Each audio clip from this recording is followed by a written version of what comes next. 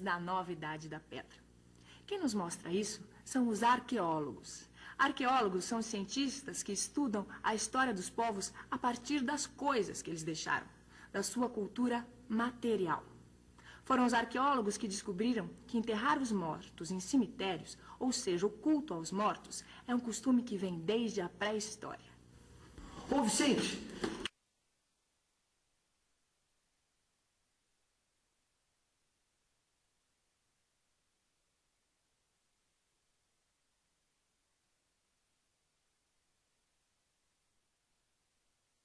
Atenção! Começa agora uma teleaula de História do Ensino Médio. Você vai assistir a teleaula de número 2. Bons estudos! Tempo de criação. Este é o nome da primeira unidade do curso de História do Telecom. Pedra era no... Desenhar nas paredes. AC. Segundo. Enquanto ela inclui homens e mulheres.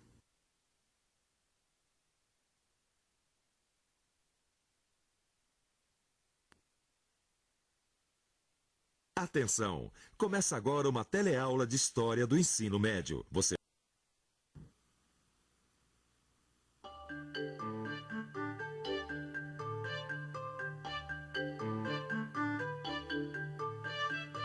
A primeira civilização do Oriente que nós vamos estudar é a China. A China se localiza no leste do continente asiático. O país é cortado por 2 grandes rios, o amarelo e o azul. Junto com outros rios, eles formam vales longos que fertilizam os campos. Essa terra fértil fez com que muita gente se fixasse nas margens dos rios. Até hoje, a China abriga a maior população do planeta. O território da China é um pouco maior que o do Brasil. No entanto, a população é mais de 7 vezes maior. O clima é variado. No norte, o inverno é muito frio e o verão muito quente. Bom para cultivar cereais como o trigo e o centeio. No sul, a temperatura é agradável o ano todo. Nos vales dos rios são cultivados o arroz e o chá. E no sul também surgiu a indústria da seda. Mas a civilização chinesa começou a se estabelecer definitivamente no centro da China, onde o rio Amarelo desemboca. E começou mais ou menos assim. Centro da China por volta de 3.000 anos antes de Cristo.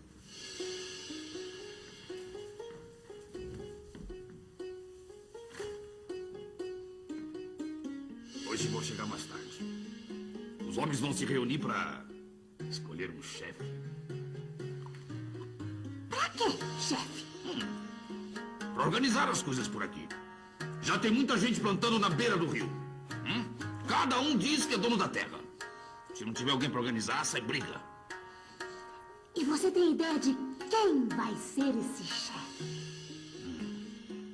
Tem que ser alguém bem forte. Nós vamos escolher o mais forte.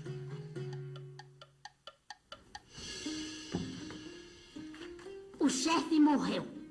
Antes ele do que eu. E agora? Os homens vão ter que se reunir para escolher outro chefe. Não, não precisa. Chefe tem filho, é a mesma coisa que ele. E se o filho morrer? Aí tem outro filho, ou então parente. É melhor assim, eles sabem o que fazem.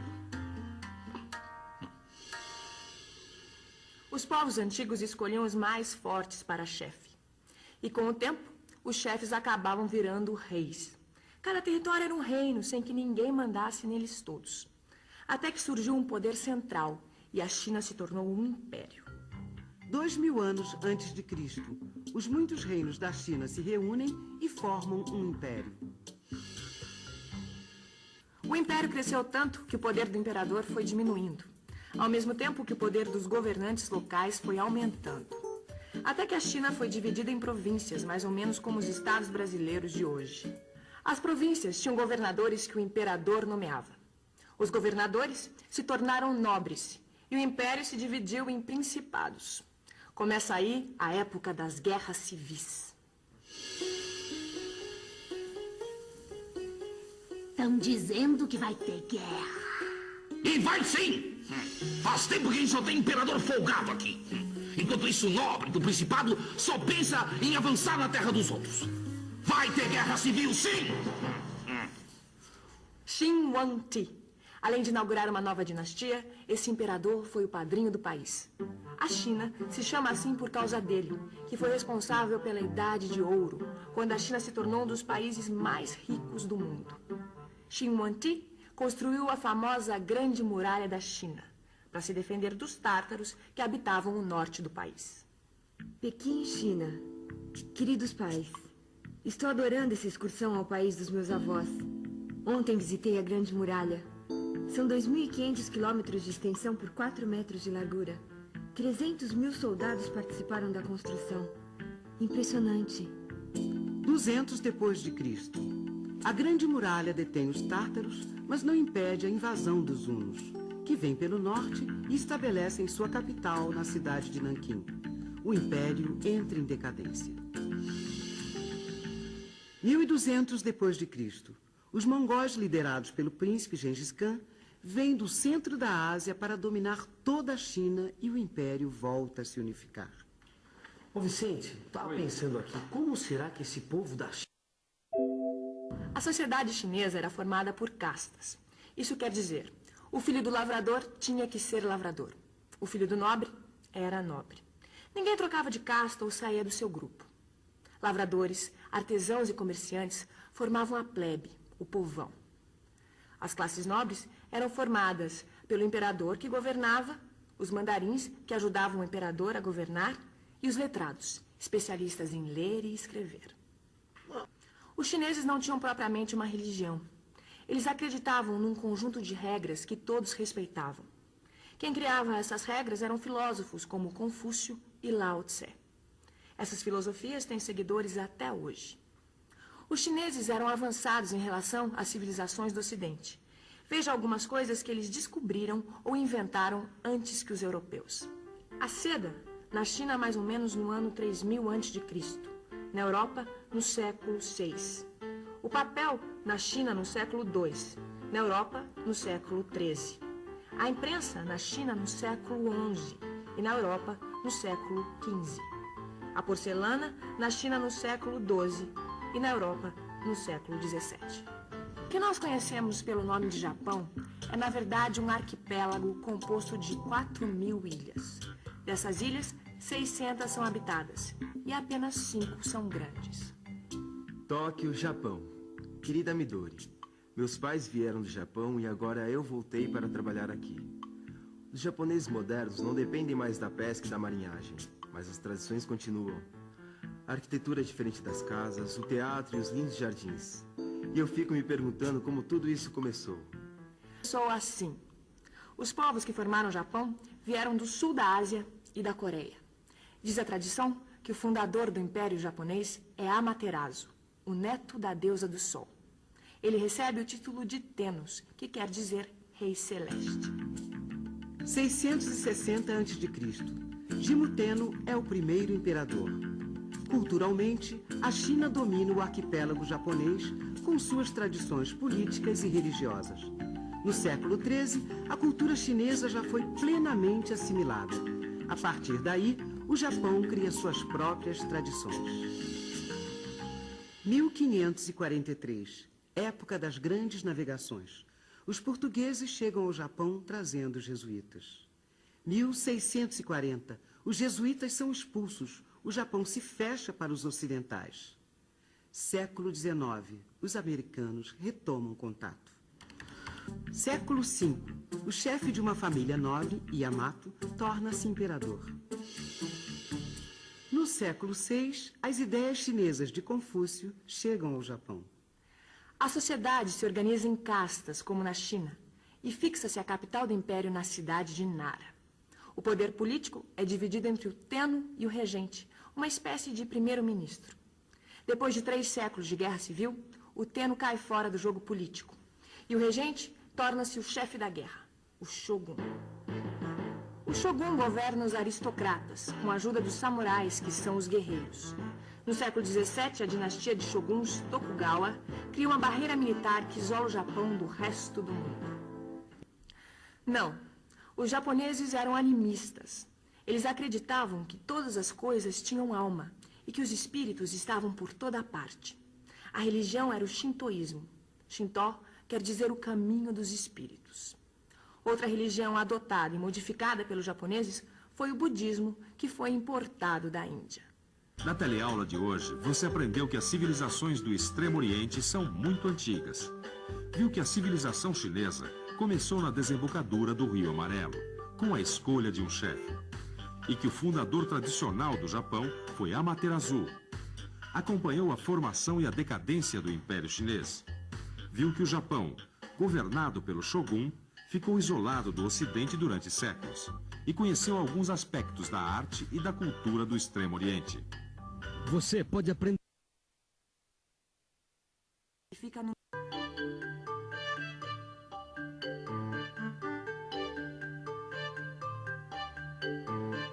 O Egito é um imenso oásis que fica no nordeste do continente africano, bem aqui. O Nilo, que disputa com o rio Amazonas o título de rio mais comprido do mundo, forma um vale entre o deserto do Saara e a Arábia. O Nilo nasce no coração da África e entra no Vale do Egito. Aí, ele corre no meio de duas cadeias de montanhas, formando a região do Alto Egito. E depois se divide em muitos pequenos rios que formam o seu delta. Essa região é o Baixo Egito. Todo verão, o rio transborda e sai do seu leito por causa das chuvas tropicais em sua nascente e do degelo das montanhas do Alto Egito. Quando o verão acaba, o rio volta para o leito, deixando uma camada de terra muito fértil. Isso faz com que os egípcios possam colher até 2 vezes no mesmo ano.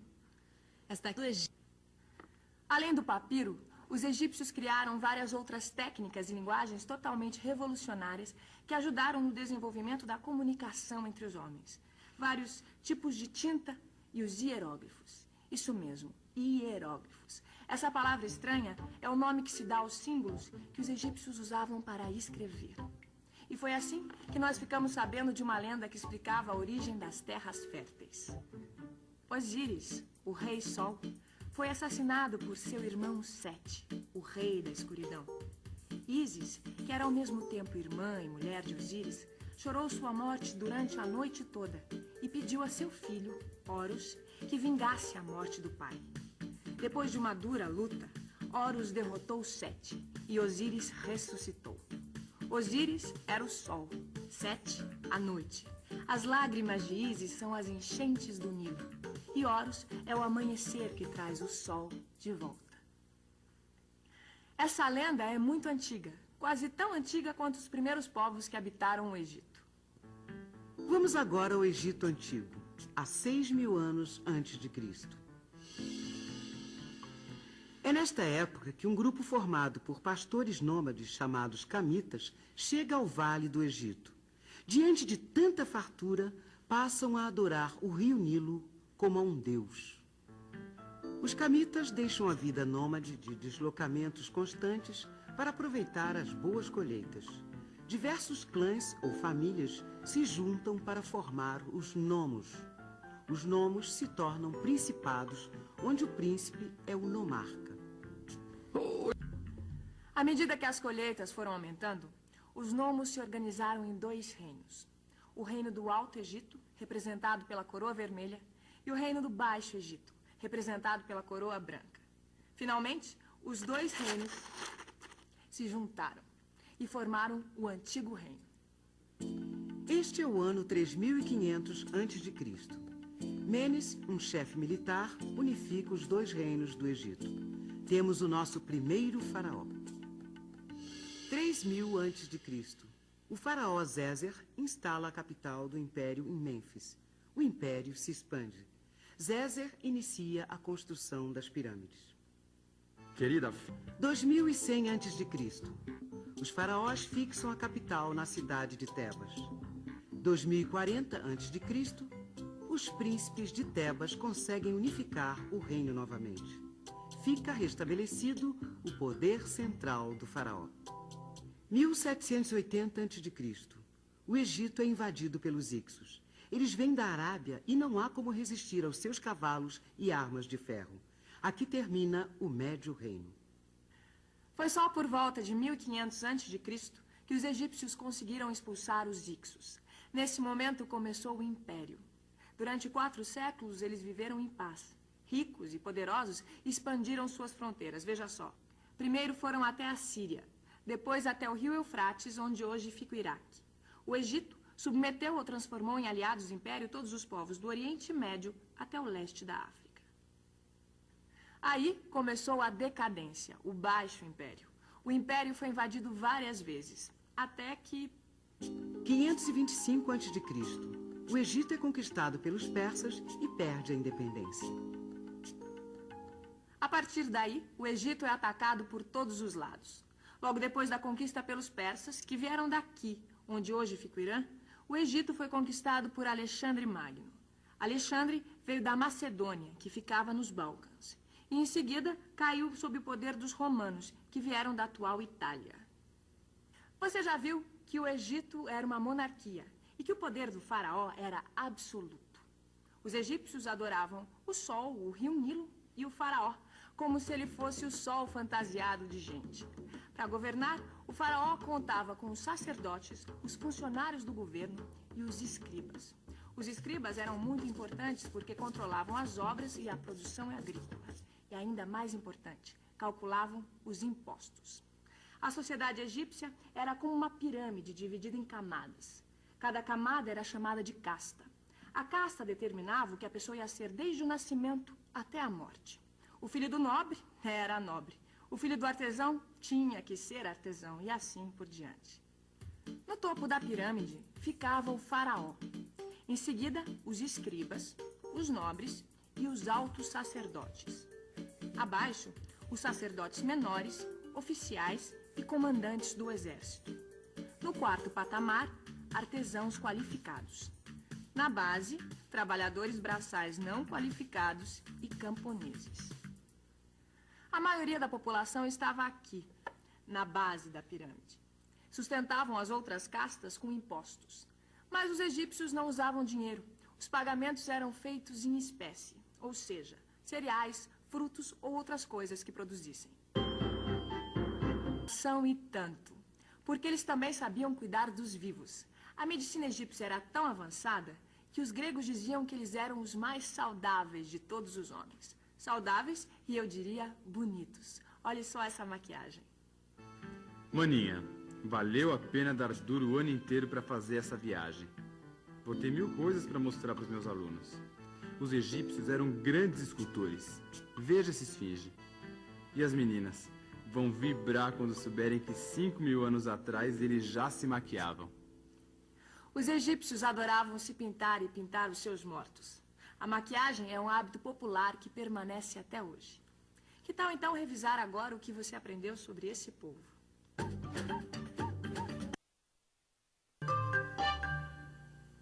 Quando falamos de Grécia Antiga, não estamos falando de um único país, mas de várias cidades independentes.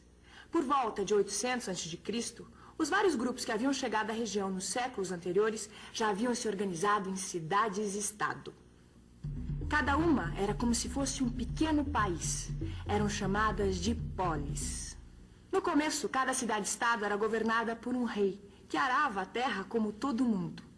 A terra era a principal riqueza e sua posse símbolo de prestígio. Com o tempo, cada cidade desenvolveu características políticas e econômicas próprias. Mas em todas elas se falava a mesma língua e se adotava a mesma religião. E era para celebrar seu deus mais poderoso, Zeus, que de 4 em 4 anos eles se reuniam numa grande festa, as Olimpíadas. Estamos em 776 a.C. Atletas de todas as cidades gregas se encontram na cidade de Olímpia para festejar Zeus, competindo nas primeiras Olimpíadas. Durante 5 dias, os atletas se enfrentam nas provas de corrida, saltos, natação, luta e pentatlo. Os vencedores se tornam heróis em suas cidades. Mas os jogos não mascaram as diferenças entre as cidades-estado. E o militarismo é a característica de uma das mais poderosas dessas cidades, Esparta. Com seu exército, Esparta se impôs aos outros povos da região e reuniu algumas cidades sob sua liderança na Liga do Peloponeso. A vida dentro de Esparta era dura como num acampamento militar, para os homens. Já as mulheres... Uma cidade fundada em homenagem à deusa da sabedoria, Atenas. Outra cidade muito poderosa da Grécia Antiga, mas muito diferente de Esparta. Para começar, foi fundada por um grupo de helenos chamados jônios.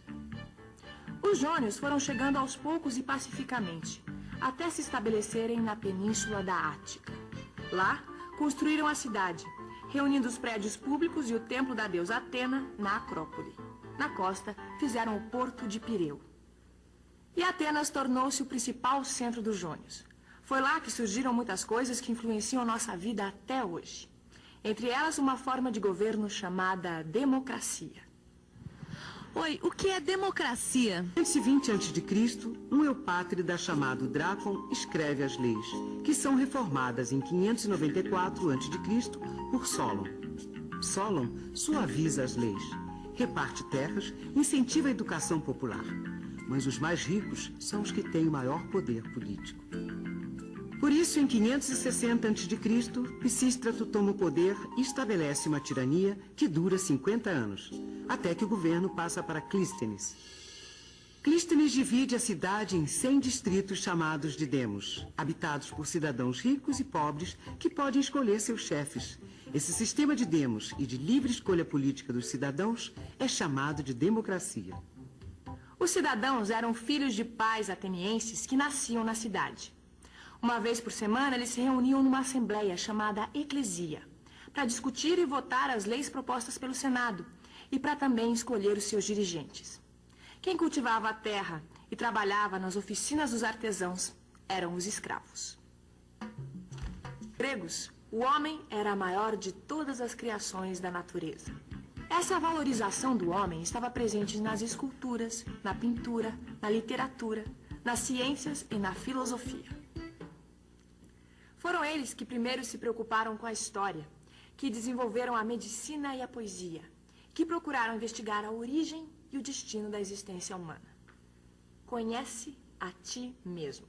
Era o que pregava Sócrates, grande pensador, mestre de Platão. Junto com Aristóteles, criador da lógica, são os grandes nomes da filosofia grega.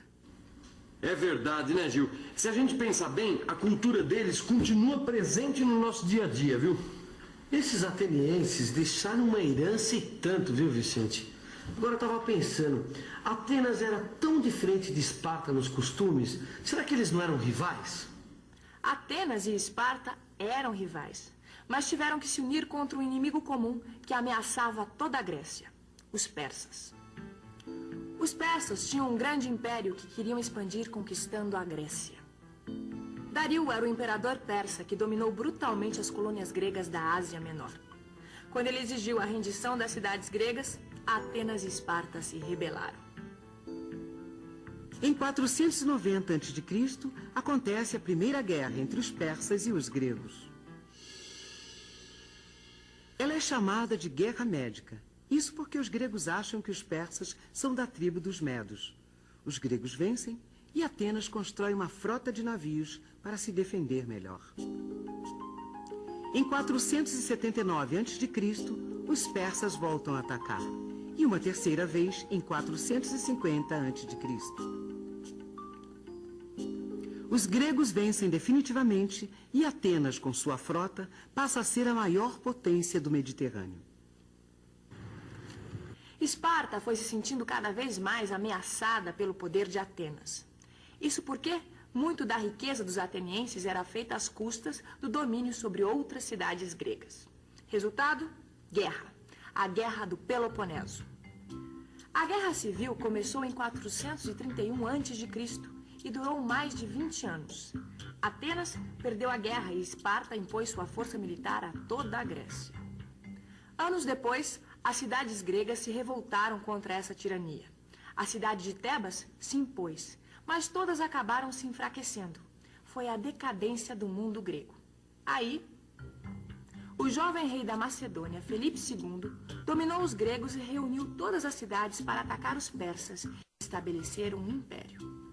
Filipe foi assassinado às vésperas da partida. Quem realizou seus planos foi seu filho, Alexandre Magno, o maior guerreiro de toda a antiguidade. Em 334 a.C., Alexandre desembarca perto de Troia e vence os persas. Quando morre 12 anos depois, Alexandre Magno tinha conquistado todo o Oriente Próximo. Sua morte leva à divisão das conquistas entre os generais. Mas o que sobra de mais importante é a difusão da cultura grega no Oriente. A cultura dos... Em grego, mesos quer dizer meio e potamos quer dizer rio. A junção das duas palavras deu Mesopotâmia, ou seja, região entre rios. A Mesopotâmia fica no extremo oeste da Ásia, entre os rios Tigre e Eufrates. Essa região é conhecida como Oriente Médio, diferente do Extremo Oriente, onde ficam a China e o Japão. Os rios Tigre e Eufrates nascem nas montanhas da Armênia, percorrem a Mesopotâmia e desembocam juntos no Golfo da Pérsia. Bagdá, Iraque. Queridos pais, já comecei a trabalhar nas sondas de petróleo. Quem vê a Mesopotâmia hoje não imagina que ela possa ter sido tão importante no passado. Apesar de possuir uma das maiores reservas de petróleo do mundo, é uma região pobre, estéril, coberta de pântanos e deserto. Mas nem sempre a Mesopotâmia foi estéril. Os vários povos antigos que habitaram a região construíram uma grande rede de canais para aproveitar as enchentes dos rios. Eles cultivaram cereais, frutas e criaram gado. Essa terra fértil estava cercada por países pobres e desérticos. A Arábia ao sul, o Irã a leste, a Armênia ao norte e o deserto da Síria a oeste. Não foi à toa que todos os povos da antiguidade quiseram ser donos dessa rica terra. A disputa pelo poder da Mesopotâmia se deu basicamente entre dois grandes grupos de povos, os árias e os semitas. Esses povos não eram tão diferentes do ponto de vista de raça, e sim de língua. O grego e o latim são línguas que vieram dos árias. O hebraico e o árabe vieram dos semitas. 3500 a.C., um povo chamado Sumério vem da região do Cáucaso, invade a Mesopotâmia e domina seus primeiros habitantes, os Elamitas. No sul da região, os sumérios se fixam. Para eles, acabou a vida nômade de deslocamentos constantes. Os sumérios criaram um modo de vida que seria adotado por todos os povos que conquistaram a região depois deles. As cidades-estado faziam parte desse modo de vida. A cidade-estado tem o seu próprio governo e funciona como um pequeno país. A cidade-estado suméria era governada por um rei sacerdote, o Patesi. Ele era o representante dos deuses entre os homens. Os sumérios drenaram os pântanos, construíram diques e canais para aproveitar a água dos rios Tigre e Eufrates. Levaram a agricultura para a Mesopotâmia. Por causa disso, a região logo se transformou no celeiro do mundo. Olha só, Gil, a região da... Só para fazer tijolos. Os sumérios precisavam registrar quantas cabras havia nos pastos, quanto cereal havia nos armazéns. Para fazer essa contabilidade, eles escreviam em placas de barro como esta, com uma cunha de madeira. Essa forma de escrita se chama cuneiforme. E a prosperidade das cidades acabou atraindo outros povos e mais invasões. 2300 a.C., bandos de nômades semitas fogem do deserto da Arábia. Divididos em dois grupos, acádios e amorreus se fixam na parte média da Mesopotâmia. Os amorreus constroem a cidade de Babilônia na margem do rio Eufrates. 2100 a.C., os dois grupos semitas entram em choque. Os amorreus da Babilônia dominam os acádios e unificam a Mesopotâmia, sob o poder do guerreiro Hammurabi. Hammurabi começa a construção de uma imensa muralha em volta da Babilônia. Além de guerreiro, Hammurabi era também legislador. Gravado nesta coluna, em escrita cuneiforme, está o famoso Código de Hammurabi. Dê só uma olhadinha.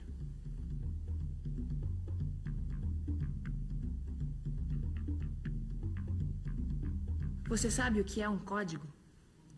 O Código de Hammurabi se baseava no princípio olho por olho, dente por dente. Se alguém matasse uma pessoa da minha família, eu tinha o direito de matar uma pessoa da família dela. Hoje em dia, nós não resolvemos mais os conflitos de interesses fazendo a justiça com as próprias mãos. Esse poder pertence ao Estado. Mas enquanto a Mesopotâmia progredia, as guerras de conquista continuavam. Agora é a vez dos árias. 1900 a.C. A região dos semitas é invadida pelos hititas que vêm do Cáucaso. Os hititas arrasam a cidade de Babilônia, seguem viagem e acabam se fixando na Ásia Menor. Em seguida, vêm os mitânios, que se fixam ao norte, e, na sequência, os cassitas. Os cassitas vão dominar toda a Mesopotâmia por mais de 6 séculos. Os árias só conseguiram tomar a Mesopotâmia dos semitas porque tinham 2 trunfos, o ferro e o cavalo. Pararam os assírios, que viviam no norte da Mesopotâmia. Aos poucos, contando com a ajuda de um bom exército, os assírios dominaram todas as cidades da Mesopotâmia. Os assírios conquistaram um grande império, que ocupou desde o Golfo da Pérsia até o Mar Cáspio, desde o Mar Mediterrâneo até o Planalto do Irã, inclusive o Egito. Mas os assírios eram conquistadores cruéis. Os primeiros a se rebelar contra essa crueldade foram os caldeus, povo semita que vivia na Babilônia. Eles se aliaram aos medos, que eram árias, e viviam no Planalto do Irã. E conquistaram tudo. O maior conquistador caldeu foi o rei Nabucodonosor. Os prisioneiros das guerras eram levados para a Babilônia como escravos. Lá, tinham que construir muralhas e os magníficos jardins suspensos. Eles foram destruídos, mas ficaram conhecidos como uma das 7 maravilhas do mundo antigo. Todo esse poder subiu à cabeça dos reis que vieram depois de Nabucodonosor. Eles começaram a relaxar com a segurança. Resultado, os persas, outro povo árabe de onde hoje fica o Irã, capturaram a Babilônia. E a Mesopotâmia virou uma província do vasto Império Persa, comandado pelo rei Ciro. Mas todos os povos que dominaram a Mesopotâmia adotaram o modo de vida dos sumérios. Aprenderam a plantar e colher. Fizeram obras para controlar e aproveitar as enchentes e usaram a escrita cuneiforme. A forma de governo também era a mesma. O rei representava o deus da cidade na terra e tinha poder absoluto. Os territórios que formavam o império podiam ser de 2 tipos: províncias submetidas e províncias vassalas. Veja como era a vida nessas províncias. Fosse como fosse, sempre existia uma casta governante que dizia o que o resto das pessoas tinha que fazer. Os sumérios obedeciam aos juízes, os assírios aos militares e os caldeus aos sacerdotes. Além da classe que mandava, havia uma corte de nobres que eram descendentes das famílias mais antigas. Os homens livres, lavradores e soldados, e os escravos, quase sempre prisioneiros de guerra. Todas essas categorias estavam no Código de Hammurabi. Graças ao código, os povos da Mesopotâmia não dependiam totalmente da vontade dos governantes. Os mesopotâmios se comunicavam com os homens através da natureza. Os assírios e os caldeus acreditavam nas mensagens dos astros. Cada templo era também um observatório astronômico. Eles desenvolveram a astronomia e a matemática. Pô, e ainda por cima, hein, Vicente? Eram grandes construtores. Esta deusa de barro cozido representa um povo que tirou do barro uma civilização que se manteve independente por mais de 1000 anos. No seu livro de estudos, você vai encontrar mais detalhes sobre os sumérios. Conheça as nossas raízes. E até a próxima teleaula. No curso de História Geral, você tem conhecido várias civilizações. Desde o extremo oriente da China e do Japão, até o Egito, no norte da África. E a Mesopotâmia, no Oriente Médio. Hoje você vai conhecer 2 povos semitas, os fenícios e os hebreus. Viaje com a gente do Mar Mediterrâneo ao Rio Jordão. Conheça os grandes navegadores da antiguidade. Veja quem ensinou o mundo a ler e quem deu à humanidade o livro mais lido de todos os tempos.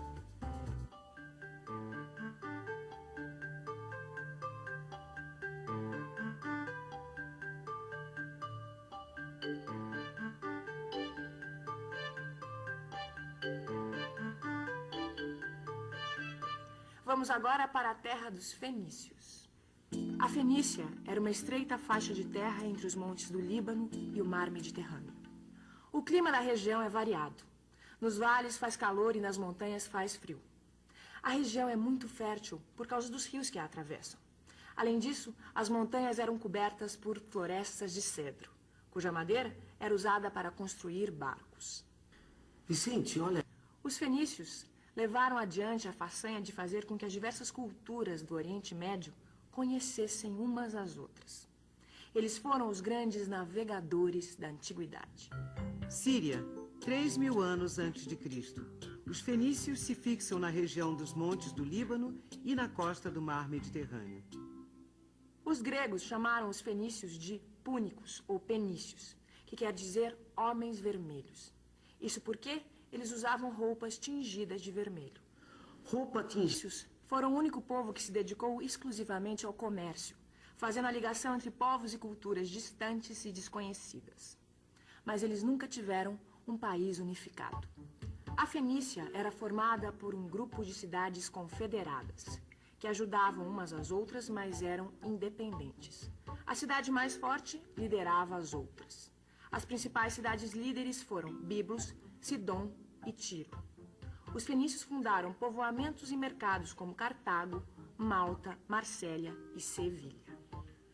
A decadência dos fenícios começa quando os impérios da Mesopotâmia se consolidam. 701 a.C., os assírios saqueiam Tiro. 574 a.C. é a vez dos caldeus invadirem Tiro, que desta vez é totalmente destruída. As outras cidades da Fenícia ficam dependentes do Império Persa. 333 a.C., o exército de Alexandre Magno domina todas as cidades fenícias. O governo dos fenícios não foi igual em todas as cidades. Em alguns casos, o governo era exercido por um rei hereditário ou eleito. Em outros, por um conselho supremo. Apesar da existência do rei ou do conselho, quem governava de fato era uma assembleia dos comerciantes mais importantes da cidade. Os sacerdotes e os militares não eram muito importantes na sociedade fenícia, que tinha uma camada de homens livres, pescadores, artesãos e agricultores, e também escravos. Os fenícios organizaram as primeiras manufaturas, por assim dizer, onde aplicavam o que tinham aprendido com outros povos. Por exemplo, pegaram o vidro inventado pelos egípcios e produziram o cristal transparente. Mas a maior conquista dos fenícios foi o alfabeto. Eles simplificaram os hieróglifos egípcios. Criaram 22 desenhos que tinham sons diferentes. Foi assim que nasceu o alfabeto que usamos hoje. Os fenícios eram politeístas, acreditavam em vários deuses. Adoravam os astros e as forças da natureza. Cada cidade tinha seus próprios deuses, mas todas adoravam o sol e a lua. E vamos aproveitar que estamos falando de religião para apresentar o primeiro povo monoteísta que acreditava em um só Deus na antiguidade, os hebreus. Hoje em dia, Jerusalém é conhecida como o centro das lutas entre árabes e israelenses. Mas a luta pela posse de Jerusalém é antiga. Andando pelas ruas dessa cidade, a gente vê a história acontecendo e fica querendo saber mais sobre a origem de tanto conflito. O território da Palestina antiga formava um estreito corredor que unia os impérios do Egito e da Mesopotâmia. Foi lá que nasceu Jesus Cristo. Atualmente, esse território é ocupado por Israel. Além disso, os hebreus nos legaram a moral e a ética, que serviram de base para o judaísmo e o cristianismo, duas das principais religiões do mundo. A Palestina ficava entre o Rio Jordão e o Mar Mediterrâneo, e era formada por 3 regiões geográficas: a Galiléia ao norte, a região central Samaria e a Judéia ao sul. O Rio Jordão é o único que atravessa toda a Palestina. Hoje, a Palestina é uma região semidesértica, mas antigamente ela recebia mais chuvas e era uma região muito próspera, com vales e bosques. Era essa a terra prometida que o povo hebreu tanto procurou. 3000 a.C., a tribo dos cananeus, de origem semita, chega ao Rio Jordão. 1500 a.C., a região é invadida pelos filisteus, tribos árias que vieram da ilha de Creta, e passa a se chamar Filistina. 1400 a.C., a tribo semita dos hebreus conquista os cananeus e os filisteus e estabelece um reino. O Antigo Testamento da Bíblia, o livro sagrado dos hebreus, conta essa história. Por volta de 1800 a.C., os hebreus eram pastores nômades e adoravam muitos deuses e ídolos. Deus escolheu Abraão para ser o pai de um povo, através do qual viria a salvação do mundo. Abraão queimou os ídolos e partiu em direção a Canaã. Deus apareceu novamente para propor a mesma coisa ao filho e ao neto de Abraão, Jacó. 1280 a.C. Os egípcios ordenam a morte de todos os filhos dos hebreus para evitar que eles se tornem mais numerosos. Para fugir do massacre, os pais de uma criança o colocam num cesto de vime e lançam ao rio Nilo. Uma filha do faraó encontra o bebê e o adota. O nome da criança é Moisés. Moisés escapou do massacre num cesto de vime. Até hoje, os cestos de bebês são conhecidos pelo nome de Moisés. Criado pela filha do faraó, Moisés cresceu e se encarregou de salvar o seu povo. Moisés guiou os hebreus numa fuga que a Bíblia chama de Êxodo. Quando os hebreus atravessaram o deserto do Sinai, fez-se um novo pacto. Deus protegeria o povo hebreu se este o obedecesse. Foi nessa ocasião que Moisés recebeu os 10 mandamentos. Os hebreus não acreditaram na palavra de Deus e, por terem desconfiado, ficaram vagando no deserto durante 40 anos. Finalmente, Moisés os levou à terra prometida e, ao chegar, morreu. 1044 a.C. Os hebreus lutam contra os filisteus e cananeus e unificam suas 12 tribos. É sagrado o primeiro rei de Israel, Saul. Em 995 a.C., Davi, sucessor de Saul, assume o trono de Israel. Davi se tornou rei depois de matar o gigante filisteu Golias com uma funda como esta. É uma espécie de atiradeira. Ele unificou o país e fixou a capital do reino de Israel na cidade de Jerusalém. Ele passou o trono para seu filho Salomão. O reinado de Salomão foi de paz e prosperidade. Veja agora como era a sociedade dos hebreus.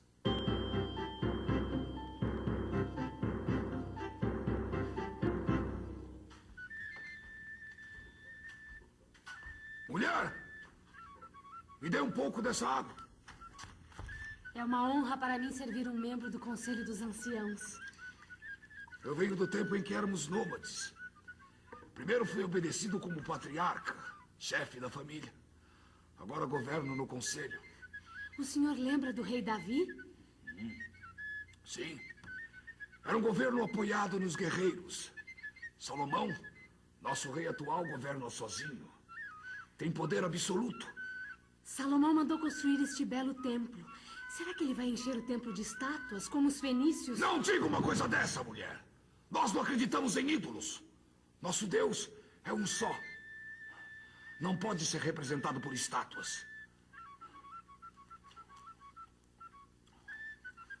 O Deus dos hebreus dava tudo o que eles precisavam e deixava que soubessem o que queria deles através das revelações. Tudo isso está na Bíblia, que em grego quer dizer os livros.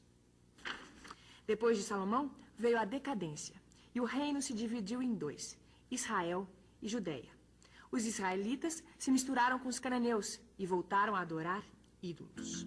721 a.C., os israelitas, dominados pelos assírios, se revoltam, são derrotados e levados prisioneiros para a cidade de Nínive.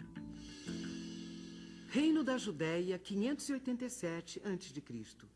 Nabucodonosor, rei da Caldeia, destrói a cidade e o templo de Jerusalém e leva os judeus para serem escravos na Babilônia.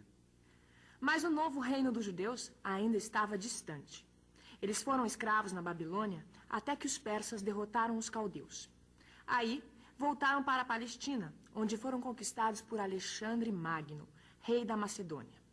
Quando o Império de Alexandre caiu, a Palestina passou a ser parte do Império Romano. A herança dos fenícios e dos hebreus permanece com a gente até no nosso dia a dia. No seu livro de estudos, você vai encontrar material para pensar e discutir sobre isso. E até a próxima teleaula.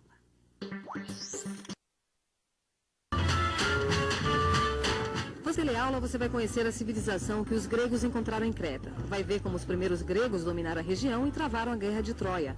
E ver como eles fundaram cidades independentes que tinham costumes em comum. A civilização grega foi uma das mais brilhantes da antiguidade e deixou muitas coisas que fazem parte do nosso dia a dia. Mas ela não começou do nada. Aproveitou muitas coisas que já existiam em outras culturas. E hoje nós vamos ver como tudo começou. Começou numa ilha, a ilha de Creta. Creta é a maior ilha do mar Egeu.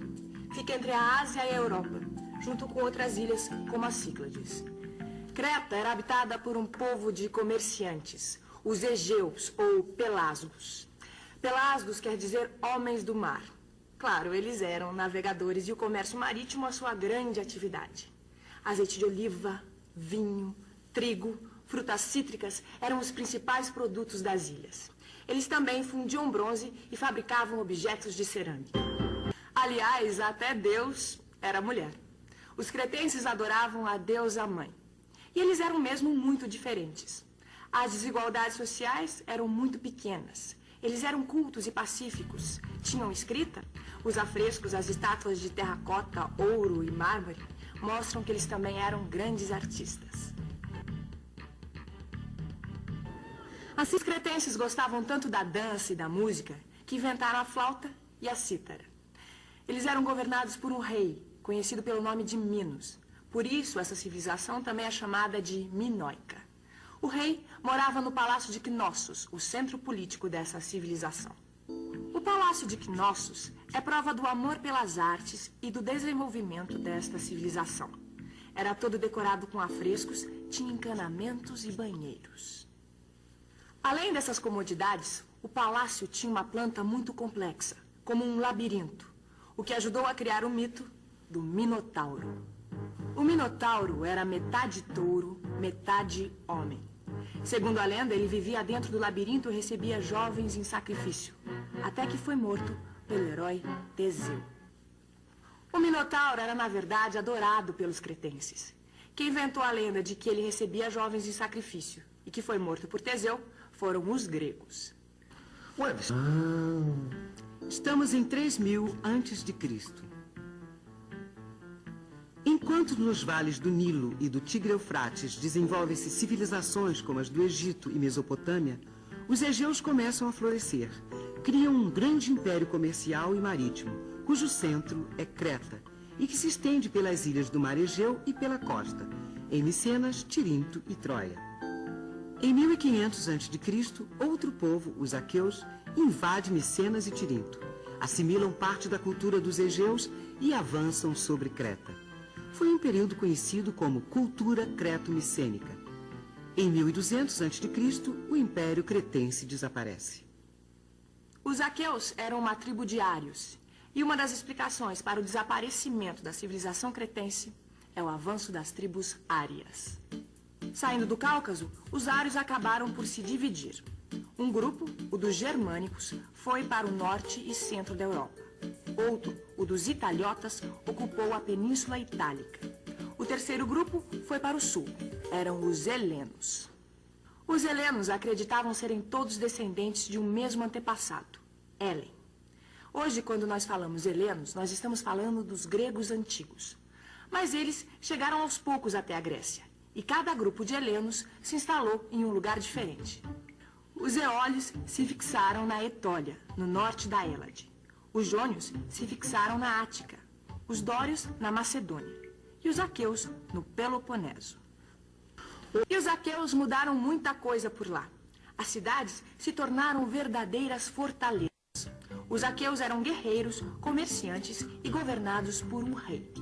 Dominavam os outros helenos e aproveitaram muito da cultura dos cretenses, criando o que ficou conhecido como cultura creto-micênica. Além disso, os aqueus acabaram conquistando a ilha de Creta, mas essa não foi a sua conquista mais famosa. Os aqueus lideraram os outros helenos, quer dizer, os gregos, numa guerra duríssima contra uma cidade que tinha sido parte da expansão de Creta e que era estratégica para o comércio, a cidade de Troia. Em 1200 a.C., o Império Cretense acaba. Os aqueus dominam Micenas e Tirinto. Em 1100, os aqueus reúnem da Grécia e partem para a Guerra de Troia. A guerra entre gregos e troianos dura 10 anos e diz a lenda que acabou quando os gregos abandonaram o cerco à cidade e deixaram de presente aos troianos um grande cavalo de madeira. Um presente de grego. Você sabe o que é um presente de grego? Diz a lenda que os gregos deixaram um enorme cavalo de madeira nas portas de Troia e foram embora. Os troianos acreditaram que tinham ganho a guerra, colocaram o cavalo para dentro da cidade e fizeram uma grande festa. Quando todo mundo já estava bêbado ou dormindo, saíram os gregos de dentro do cavalo e conquistaram Troia. Você está brincando? A Guerra de Troia foi contada de maneira grandiosa, combinando poesia, mitos e lendas num grande poema atribuído a um poeta cego chamado Homero. Essa obra é a Ilíada. A sua continuação é a Odisseia, a história da volta do herói grego Ulisses à sua casa. Odisseu, ou Ulisses, era o rei de Ítaca, que havia se juntado aos gregos na guerra contra Troia. O líder dos gregos nessa guerra foi o rei de Micenas, o aqueu Agamenon. Durante séculos, nós pensamos que a Ilíada e a Odisseia eram pura ficção de um poeta genial. Até que no século XIX, alguém resolveu acreditar no poeta e descobriu as ruínas de Troia. Precisa ver para acreditar. Troia fica no que hoje é território da Turquia e foi tantas vezes destruída que existem ruínas de várias cidades, cada uma construída sobre a anterior. A gente olha e fica lembrando de todos aqueles heróis gregos e troianos lutando com a ajuda dos deuses, como Homero contou. Troia foi completa. Vamos pegar aquela jangada que está vindo e vamos fugir. Acabou provocando a colonização pelos gregos de toda a região do Mar Mediterrâneo e ainda mais além. Essas cidades eram autônomas, quer dizer, independentes, mas falavam a mesma língua e tinham os mesmos costumes da Grécia continental. Por exemplo, a religião. Os gregos acreditavam que os deuses moravam num monte sagrado, o Olimpo. No Olimpo, os deuses eram presididos por Zeus e sua mulher Hera. Eram muitos, como Poseidon, o rei do mar, e Dionísio, deus da alegria e do vinho. Os deuses eram lindos, sempre jovens, mas tinham os mesmos defeitos que nós temos. Brigavam muito entre si, e quando resolviam descer entre os homens, às vezes dava confusão. Por isso, os homens sempre procuravam saber o que os deuses queriam. Para isso, consultavam os oráculos, templos onde as sacerdotisas recebiam as mensagens dos deuses. As histórias...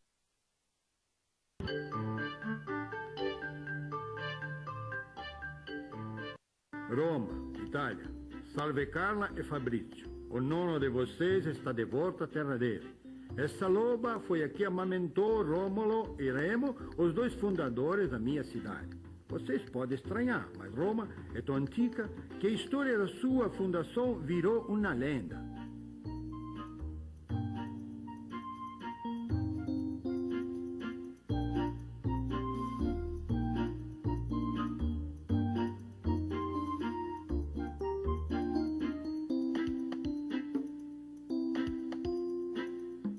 Diz a lenda, contada pelo poeta Virgílio neste livro, a Eneida, que Enéas, um príncipe troiano, fugiu para a Península Itálica depois que os gregos destruíram a cidade de Troia e fundou a aldeia de Alba Longa. Muito tempo depois, dois irmãos que queriam ser reis de Alba Longa brigaram. O vencedor, que era tio-avô dos gêmeos Rômulo e Remo, jogou os meninos no rio Tibre. Os deuses protegeram os meninos, que foram amamentados por uma loba. Quando cresceram, Rômulo e Remo voltaram para Alba Longa, mataram o rei e fundaram uma cidade sobre 7 colinas. A cidade se chamou Roma. A lenda de Rômulo e Remo se mistura com a história dos latinos, que eram os habitantes do Lácio, no centro da Península Itálica. Quando os latinos chegaram a Lácio, o mapa da península estava assim. A Magna Grécia, ao sul, era ocupada pelos gregos. O norte e o centro eram ocupados pelos etruscos. Várias famílias latinas se fixaram no Monte Palatino. Ali, em 753 a.C., fundaram a aldeia de Palatina. Essa data ficou sendo a da fundação de Roma. Os habitantes da Palatina, nem os das outras 6 aldeias das 7 colinas, conseguiram conter o avanço dos etruscos, que vieram, dominaram o Lácio, juntaram as 7 aldeias e criaram a cidade de Roma, que passou a ser governada por reis com poder absoluto. Roma progride sob o governo de Tarquínio, o Antigo. Tarquínio embeleza a cidade, constrói um circo, foro ou praça pública e o esgoto principal. Outro rei etrusco, Sérvio Túlio, levanta uma muralha e proclama as primeiras leis sociais. 520 a.C., sob o governo de Tarquínio, o Antigo. Tarquínio embeleza a cidade, constrói um circo, foro ou praça pública e o esgoto principal. Outro rei etrusco, Sérvio Túlio, levanta uma muralha e proclama as primeiras leis sociais. 520 a.C., Tarquínio Soberbo tenta conquistar as colônias gregas do sul, mas é derrotado. Essa derrota marca o fim do domínio. 509 a.C., os latinos expulsam os etruscos do Lácio. A cidade organizada pelos romanos nos tempos da monarquia era formada por 3 grandes grupos: os patrícios, os plebeus e os escravos. Os patrícios eram os descendentes dos pais da cidade. Formavam várias famílias ligadas por laços de parentesco. Ocupavam cargos públicos, governavam e tinham as melhores terras da região. Cada família formava uma gens. Os patrícios se dividiam em 30 grupos chamados de cúrias. Eles se reuniam em assembleias chamadas comícios para propor e votar as leis, escolher os reis e nomear os funcionários do governo. A plebe era formada pelos estrangeiros e pelos romanos que não faziam parte da gens. Eram livres, mas não tinham direitos nem participavam do governo. O grupo dos escravos era formado por plebeus que não puderam pagar suas dívidas e prisioneiros de guerra. Eram tratados como se fossem coisas e não existiam na legislação. A família romana era formada pelo pai, a mãe, os filhos, os escravos e os clientes. Clientes eram plebeus que, para melhorar de vida, se tornavam protegidos de uma família patrícia. Em troca, prestavam favores a essa família. Na família romana, o pai desempenhava o papel de sacerdote religioso. Eles veneravam os espíritos dos antepassados e gênios protetores da casa, chamados de lares. O fogo sagrado dos lares ficava sempre aceso em lareiras. Engraçado. 509 a.C. A expulsão dos etruscos coincide com a República e o começo da expansão territorial de Roma. A aristocracia continua governando, mas os plebeus começam a pressionar. Surge entre todos os romanos um forte ideal militar. A República trouxe poucas novidades em termos de governo. A primeira, o rei, foi substituído por 2 cônsules, que eram eleitos uma vez por ano. A segunda, em caso de alguma guerra ou de algum acidente muito grave, os cônsules eram substituídos por um ditador, que governava durante 6 meses e que tinha poder absoluto, inclusive de vida e de morte sobre os cidadãos romanos. Terceira, o Senado romano. O Senado era formado por 300 membros vitalícios, quer dizer, só eram substituídos quando morriam. O Senado foi assumindo papéis cada vez mais importantes, controlava o dinheiro público e podia vetar os atos dos comícios. Tinham como lutar pela igualdade social por um motivo. A maioria das tropas do exército romano era formada por plebeus. Se eles lutavam nas guerras, era justo também que participassem do governo da cidade. Mas foram necessários 200 anos de luta até que os patrícios cedessem às pressões dos plebeus e igualassem os direitos sociais. Oi, você saberia me dizer um direito social? Não pense você que os patrícios aceitaram passivamente essas mudanças. Para equilibrar as conquistas dos plebeus, eles criaram os censores. Censores eram patrícios que faziam listas de todos os candidatos a cargos públicos e julgavam se eles eram dignos de serem eleitos. Assim, caso aparecesse um candidato muito defensor dos direitos dos plebeus, era só censurar. Em 454 a.C., foi escrita e publicada a Lei das 12 Tábuas. 12 pranchas de bronze como essa foram um ponto de partida para o que se ensina hoje nas faculdades de Direito como Direito Romano. Conhecendo as leis, os plebeus puderam participar dos comícios e, como eram maioria, aprovaram várias leis. 376 a.C. As leis licínias obrigam um dos 2 cônsules a ser plebeu. 345 a.C. As leis canuleias permitem que plebeus se casem com patrícios. Agora, todo cidadão romano pode se candidatar e exercer qualquer cargo público.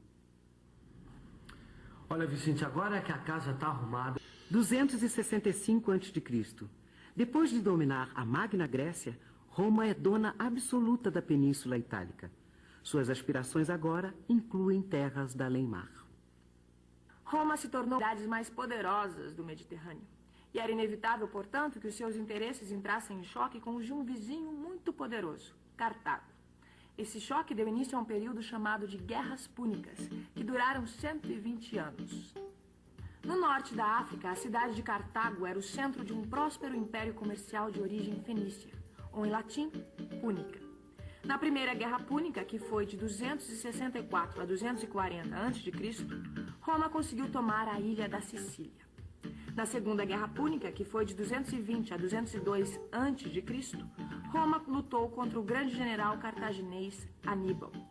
Mas nem Aníbal foi capaz de impedir os romanos de reafirmar seu poder sobre a península.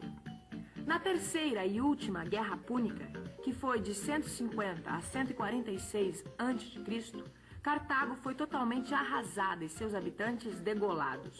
O Senado romano ordenou que se passasse um arado sobre as ruínas da cidade, salgou a terra e declarou o território amaldiçoado. A partir desse momento, o norte da África se transformou em mais uma província romana. Agora que já mandava em todo o Mediterrâneo, Roma começou a conquista do Oriente e tomou territórios da Grécia e da Síria. Mas isso já é assunto para a próxima teleaula. Por hoje você fica com a revisão.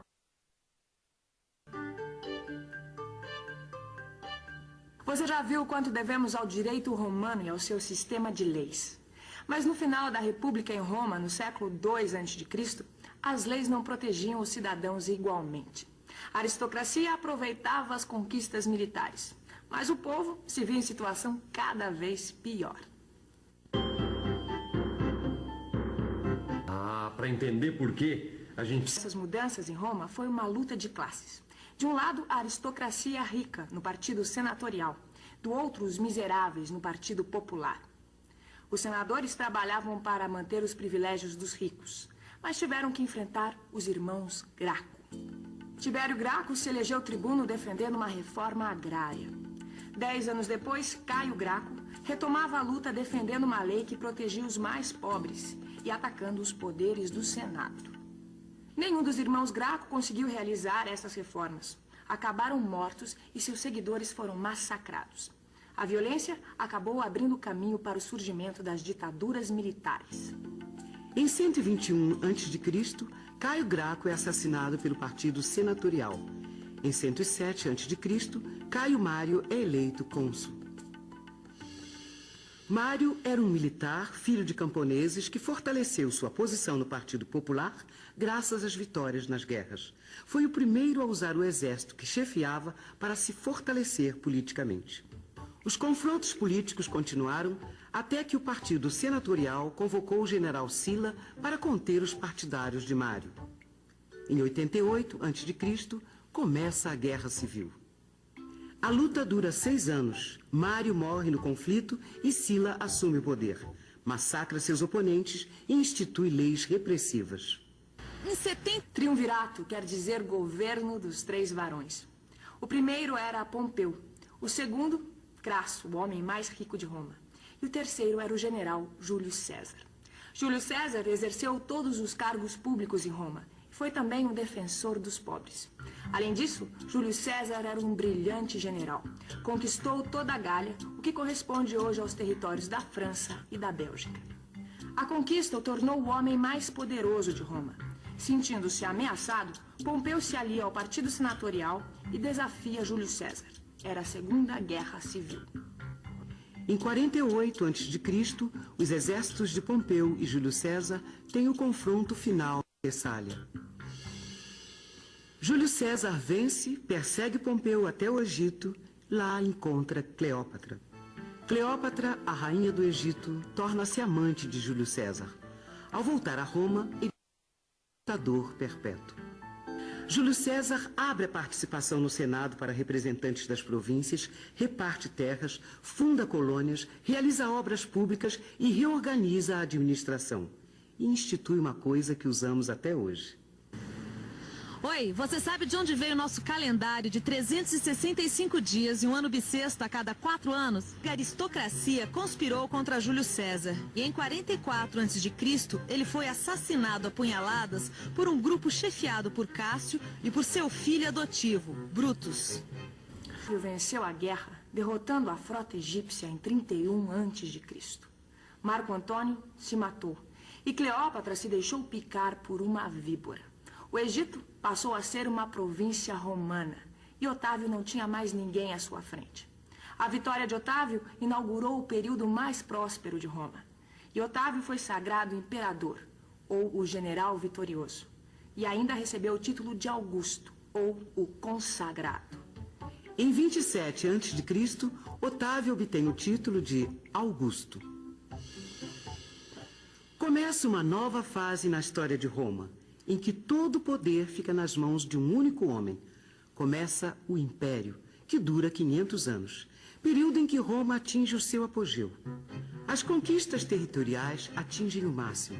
A literatura tem criações geniais de Horácio, Virgílio e Ovídio. Sêneca se destaca na filosofia. Na medicina, Celso escreve um manual de cirurgia que incluía técnicas de extração das amígdalas, operações de catarata e cirurgia plástica. Nas artes, imitavam os gregos. Mas a grande marca romana foi a arquitetura. Olá, Vicente, olha como... O Coliseu era uma arena construída no centro de Roma pelo imperador Vespasiano em 69. Lá aconteciam espetáculos sangrentos, entre eles a luta de gladiadores. Gladiadores eram escravos que tinham que lutar até a morte. Mas, para outros habitantes do Império Romano, a vida podia ser bem mais amena. Uma cidade dessa época foi preservada quase que inteiramente. Querido amigo, eu estou em Pompeia. É como se eu tivesse entrado no túnel do tempo. Tempo que parou no ano 79, quando a erupção do vulcão Vesúvio preservou a vida como ela era, numa cidade próspera do Império Romano. O mercado, os cartazes dos candidatos às eleições, os mosaicos das casas dos ricos, as ruas calçadas, as termas. Que cenário! Em 1935, a anarquia militar marca o início da decadência do Império, que acontece depois de 200 anos de paz, a chamada Pax Romana.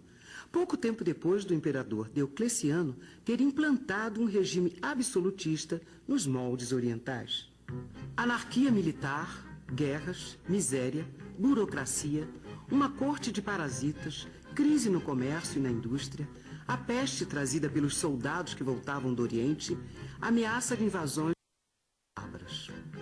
A insegurança leva os romanos a darem atenção aos que pregavam a salvação pessoal. E o cristianismo acaba por triunfar. Em 313, o imperador Constantino dá liberdade ao culto cristão. Em 330, o cristianismo torna-se religião oficial. Em 476, um chefe bárbaro se proclama rei de Roma. O fim da glória romana é devido em parte ao imperialismo, ao custo de manter uma máquina militar tão grande, à corrupção política e ao desmantelamento do comércio. No final, a inflação era tanta que o dinheiro praticamente sumiu de circulação, já que não valia mais nada. As cidades estavam cheias de miseráveis, enquanto os grandes proprietários se entrincheiravam com seus escravos em suas propriedades. Uma história que vale a pena revisar.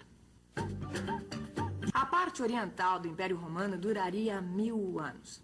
Na parte ocidental, as cidades perdem totalmente a sua importância. O comércio se reduz ao mínimo e a economia torna-se essencialmente agrícola e fechada. Mas isso já é assunto para outra teleaula. Até lá! Na teleaula de hoje, você vai ver uma civilização que assimilou o patrimônio cultural dos povos do Oriente Médio e do Extremo Oriente e que se tornou a mais brilhante da Idade Média. Vamos começar esta teleaula. Península são de terra cercada de água por todos os lados, menos um, pelo qual se liga a outra terra. A Península Arábica é um deserto de pedras e areia. Os habitantes desse deserto se fixaram na costa do Mar Vermelho, em aldeias como Meca, ou em oásis no interior, como Yatrib. A Arábia era habitada por tribos de beduínos semitas, da mesma origem que os judeus, fenícios e assírios. Suas principais atividades eram pastorear cabras e camelos, o cultivo da terra e o comércio. Muitos dos descendentes dos povos árabes no Brasil conservam a fé muçulmana, que é monoteísta. Queria que você explicasse pra gente como é este ser supremo dos muçulmanos. Na nossa religião islâmica, que é uma religião monoteísta, acreditamos em um só único Deus. Esse Deus, como diz na Surata 114 do nosso Alcorão Sagrado, ele não foi gerado e não gerou. E ele é onipresente, ele é o poderoso, ele é o generoso e é o maior de tudo. Ele que nos mantém vivos e ele que nos leva. No princípio, além do Deus Supremo, cada tribo árabe tinha os seus próprios ídolos. O ídolo mais antigo é uma pedra preta que fica no interior da Kaaba. Isso aqui é uma maquete da Kaaba. A Kaaba fica em Meca e, segundo a tradição, Alá teria depositado a pedra preta diretamente nas mãos de Abraão. Abraão, como nós já vimos aqui no telecurso, é o pai de todos os semitas. Mas o destino dos árabes se transformou com a chegada de um novo líder, Maomé. Maomé nasceu em Meca em 570. Era pastor e cuidava de caravanas de camelos. Maomé recebeu uma revelação do arcanjo Gabriel. Tinha sido escolhido por Alá para pregar a mensagem de salvação, o Islã, a submissão à vontade divina. Os ensinamentos revelados a Maomé estão no Alcorão, o livro sagrado do Islã. E quais são alguns... Blanca, Marrocos. Cheguei aqui quando começou o mês do Ramadã. Entre o nascer e o pôr do sol, não se pode comer, beber, ter relações sexuais, fumar. O jejum só é quebrado às 6h15 da tarde. Assim que o muezim, um sacerdote da mesquita, que é a igreja, dá o sinal verde para comer. Pelos ensinamentos e por causa dos ataques que faz aos ídolos da Kaaba, Maomé é perseguido pelos chefes de Meca. 622. Maomé foge para Yatrib, que fica conhecida como Medina, a cidade do profeta. Para os muçulmanos, 622 é o ano zero, assim como para os cristãos, o ano zero é o do nascimento de Jesus. A partir dessa fuga, Maomé passou a pregar a guerra santa contra todos os infiéis. Infiéis são aqueles que não acreditam nas revelações. Segundo a crença, os muçulmanos que morrem lutando pela religião vão direto ao paraíso. Muita força mesmo. Os habitantes de Medina logo se converteram à nova religião. Pouco tempo depois, Maomé e seus guerreiros muçulmanos invadiram Meca. Eles penetraram na Kaaba e destruíram todos os ídolos, menos a pedra preta. Com essa vitória, Maomé conseguiu unificar todas as tribos árabes. Em 632, morre Maomé. Abu Bekr, sogro de Maomé, se proclama califa. O califa é um misto de chefe político e religioso. Sua missão é preparar os árabes para a conquista da terra. O sucessor de Abu Bekr foi Omar.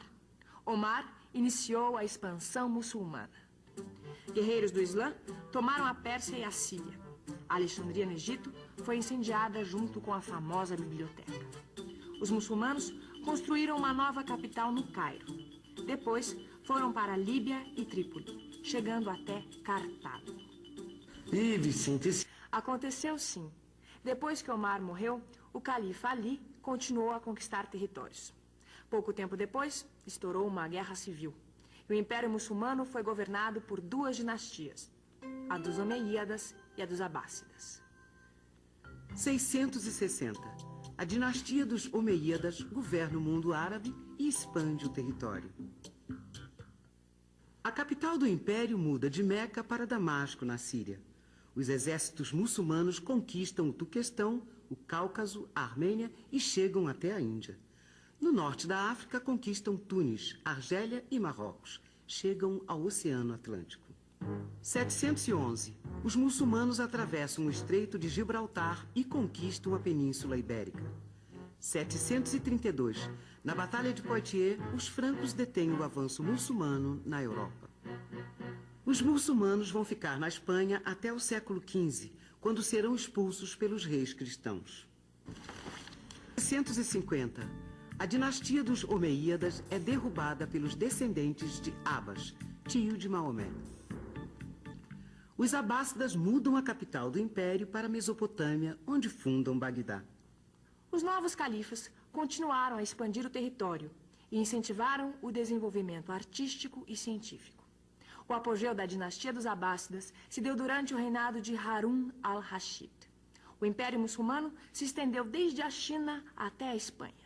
E a unidade do mundo árabe, que Maomé tinha sonhado, se rompeu. Em 760, os árabes da Espanha declaram independência. Em 968, é a vez dos árabes do Egito. O império se dividiu em 3 califados, com capitais em Bagdá, Cairo e Córdoba. Em Bagdá, os califas se cercaram de guardas mongóis. Esses guardas mongóis eram turcos de tribos asiáticas. Os turcos vieram da Mongólia e se fixaram nas margens do Mar Cáspio. Lá, entraram em contato com os árabes da Pérsia e se converteram ao islamismo. A partir de então, se tornaram guerreiros de Alá e começaram a cuidar da guarda pessoal do califa. Aos poucos, se tornaram os verdadeiros governantes. 1055. A tribo dos turcos seljúcidas toma Bagdá, depõe o califa e coloca no poder o seu sultão. Os turcos conseguem submeter todos os povos árabes muçulmanos da Ásia e da África e se tornam um perigo para os reinos cristãos da Europa. Os muçulmanos foram tolerantes, deixando que os povos conquistados mantivessem sua religião, seus costumes e a administração dos seus territórios em troca de um tributo. Dominaram as grandes rotas comerciais e se tornaram os principais intermediários entre o Oriente e o Ocidente. E tudo isso era administrado assim. O califa era o chefe supremo. Havia um califa em cada capital: Bagdá, Cairo e Córdoba. Nos territórios conquistados, o emir exercia o poder absoluto em nome do califa. As tarefas principais do governo eram desempenhadas pelos vizires, ou ministros, e pelos cheques, os chefes das tribos. Califa Sultão Bagdá. Essas palavras lembram alguma coisa que você já tenha lido ou visto no cinema ou na televisão? Se dedicaram à química, desenvolveram a cartografia e a astronomia. Introduziram na Europa a filosofia grega. Tiveram uma medicina avançada. Na matemática, trouxeram da Índia os algarismos arábicos que vocês estão vendo na tela. Teherã, Irã. Filha, fiquei horas admirando a arquitetura da cidade de onde vieram meus pais, quando o Irã ainda se chamava Pérsia. Como o Alcorão proibia a representação de figuras humanas, a criatividade dos muçulmanos se realizou criando os arabescos, que são arcos com ornamentos geométricos. Os ornamentos geométricos aparecem também nos tapetes orientais, que a fantasia dos árabes transformou em tapetes mágicos. E pra gente, seria até bom ter um tapete mágico para fazer a revisão do imenso império muçulmano. A civilização muçulmana nos deixou uma herança de conhecimentos e mistérios. Leia no seu livro e até a próxima aula. Tchau. Oi, a nossa teleaula de História Geral vai falar sobre o feudalismo. Confira só o que você vai aprender hoje. Na teleaula de hoje, você vai ver que com o fracasso da unificação tentada pela